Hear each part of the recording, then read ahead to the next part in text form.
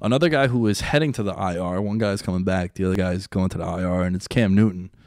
Cam Newton, man. Man, Cam Newton. You know, someone once compared him and Russell Westbrook, and I thought that was fantastic because both guys get a lot of heat, and I don't know if it's always warranted.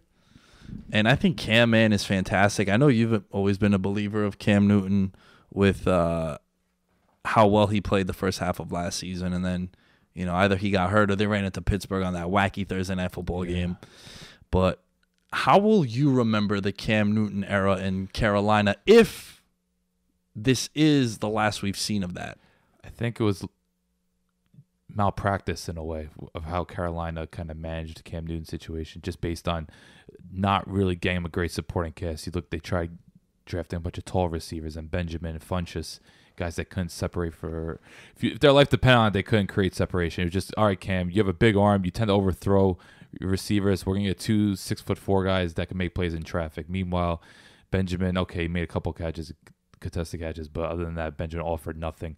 Funchess constantly dropped a lot of passes, not someone that was really reliable. Maybe one season he was decent, but between that and then just some of the poor decision on the offensive line, that Matt Cleo contract was one of the most egregious things I've ever seen in my life. The fact that you'd pay someone that had maybe 8 good games his rookie year and then just couldn't stay healthy, and was just the biggest reason why that Vikings O-line was terrible for years.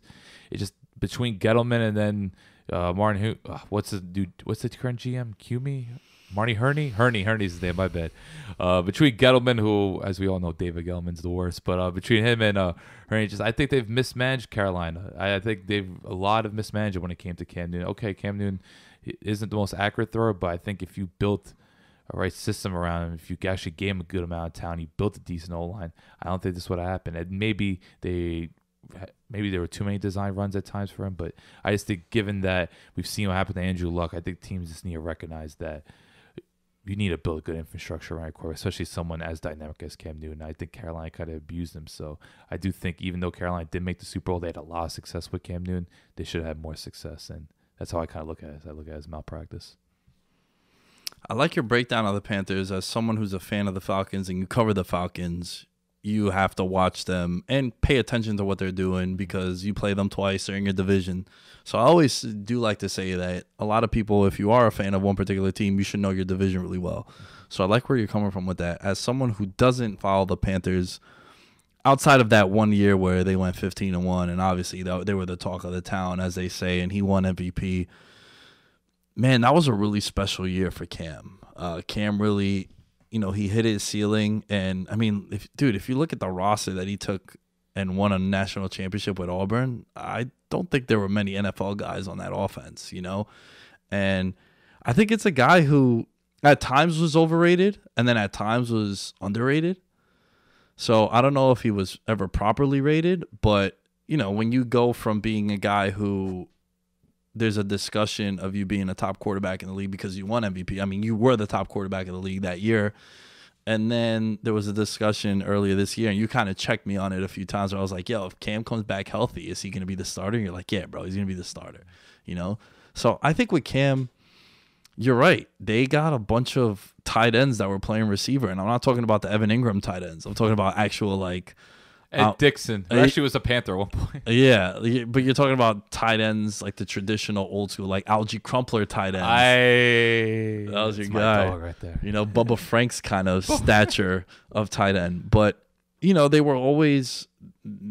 I think that Cam, when they stripped him of the ability to be that guy in the red zone of the running and the rushing aspect, I think you take away what his best asset was.